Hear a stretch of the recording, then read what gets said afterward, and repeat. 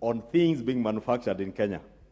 It is unfair trade practices by Chinese business people who have refused Kenyans access to the Chinese market and allowed the Chinese to have unfettered access into the Kenyan market.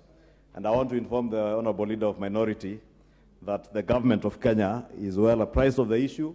This morning we had a meeting with representatives of the Nyamakima River Road traders that was chaired by none other than the Deputy President and included all agencies of government, including KEBS, KRA, Anti-Counterfeit Authority, and all other relevant agencies. And government is working hard to look into solutions to that issue.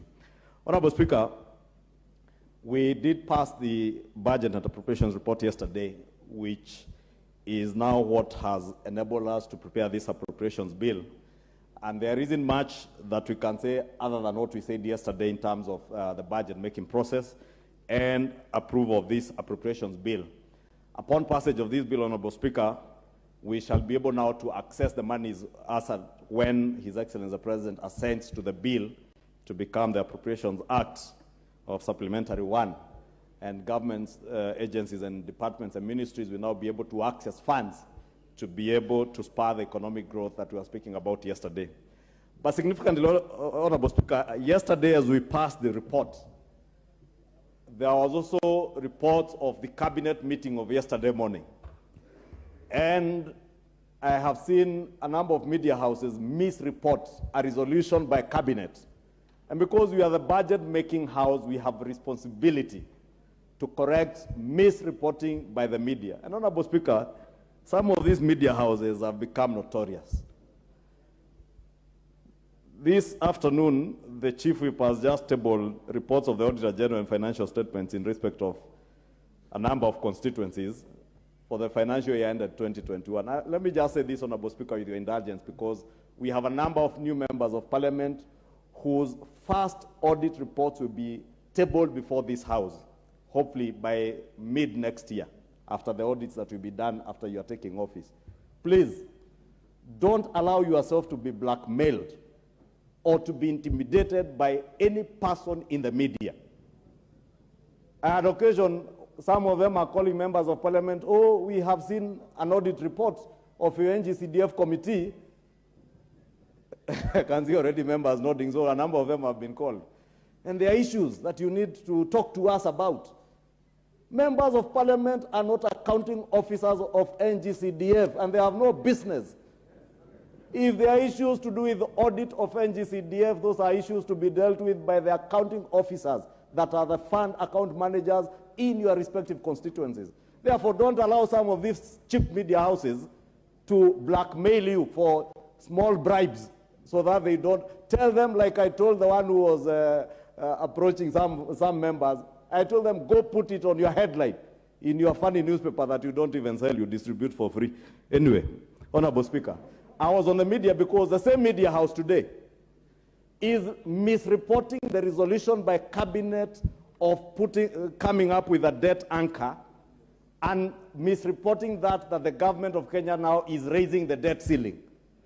And far from it, I don't know whether it's because the writer does not understand that the debt anchor simply relates to a debt to GDP ratio that defines the optimal or desirable debt carrying capacity of an economy. And it's that simple. And we are saying our debt carrying capacity, our optimal or desired debt carrying capacity, will now be anchored at 55% of GDP in net present value terms. Maybe it's too much economics for some of these writers and journalists, but I would encourage them. And allow me, Mr. Speaker, to mention the People newspaper, because it is the People newspaper I am talking about.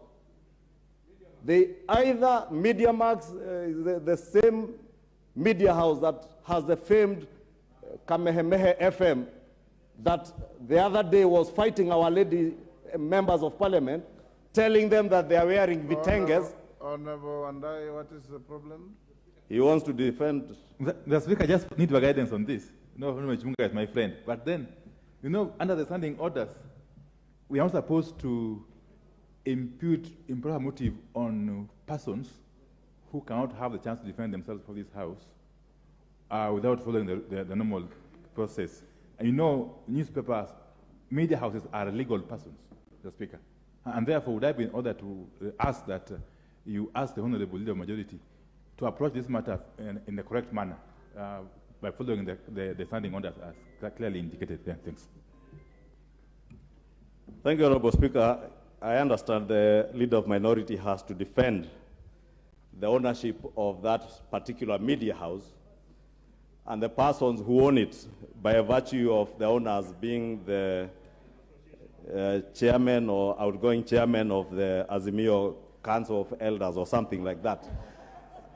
But truth be told, if a journalist in a media house doesn't understand simple things, let us just use this opportunity on the floor of Parliament, because we have some fiduciary duty also to put things in the right perspective. You've made your point. And therefore, Honorable Speaker, I just wanted to state for the benefit of the country that the debt anchor that the cabinet resolved on yesterday, currently as we speak, our debt to GDP ratio was at 62.7%. With this supplementary budget and this appropriations bill that you are moving today, that has come down now to 60% of GDP. And we are saying our desired and optimal debt to GDP level, we want to anchor it at 55%, so that whenever, as our economy grows, whenever you go above the 55% threshold, then something signals that things are not going all right, and we have to do something even as a house. Today, we are 9.14 trillion against the 10 trillion mark that we put, an absolute figure that basically, if you ask what is the basis of the 10 trillion shillings, is nothing, and it's just a figure. Therefore, it's good for all Kenyans, including those who write and commentate on economic matters, to at least have the courtesy and decency to engage with those who are in the know.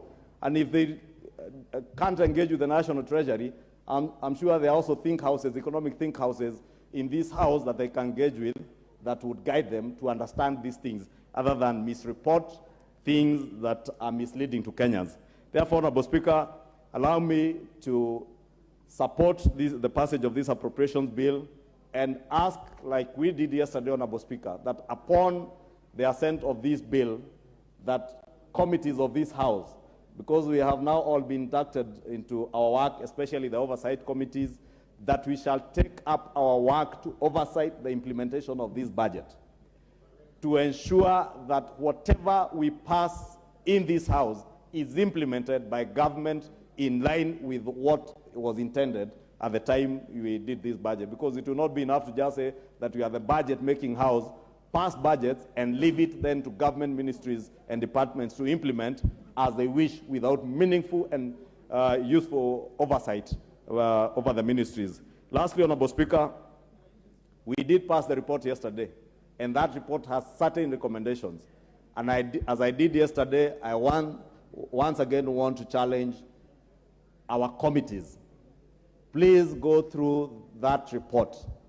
All the issues, including those issues on Article 223, please let us see our public accounts, public investments, and our departmental committees pick up all the issues that the Budget and Appropriations Committee has been very kind and courteous to guide us on, with the recommendations that they have in that report. With those many remarks, Honorable Speaker, I beg to support.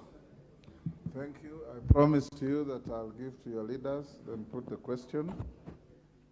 Honorable members, I now put the question that the Supplementary Appropriation Bill, National Assembly Bill number 4 of 2023, be now read the second time. As members of that opinion say aye. Aye. Will those of the contrary opinion say nay? The ayes have it. Next order. A bill for an act of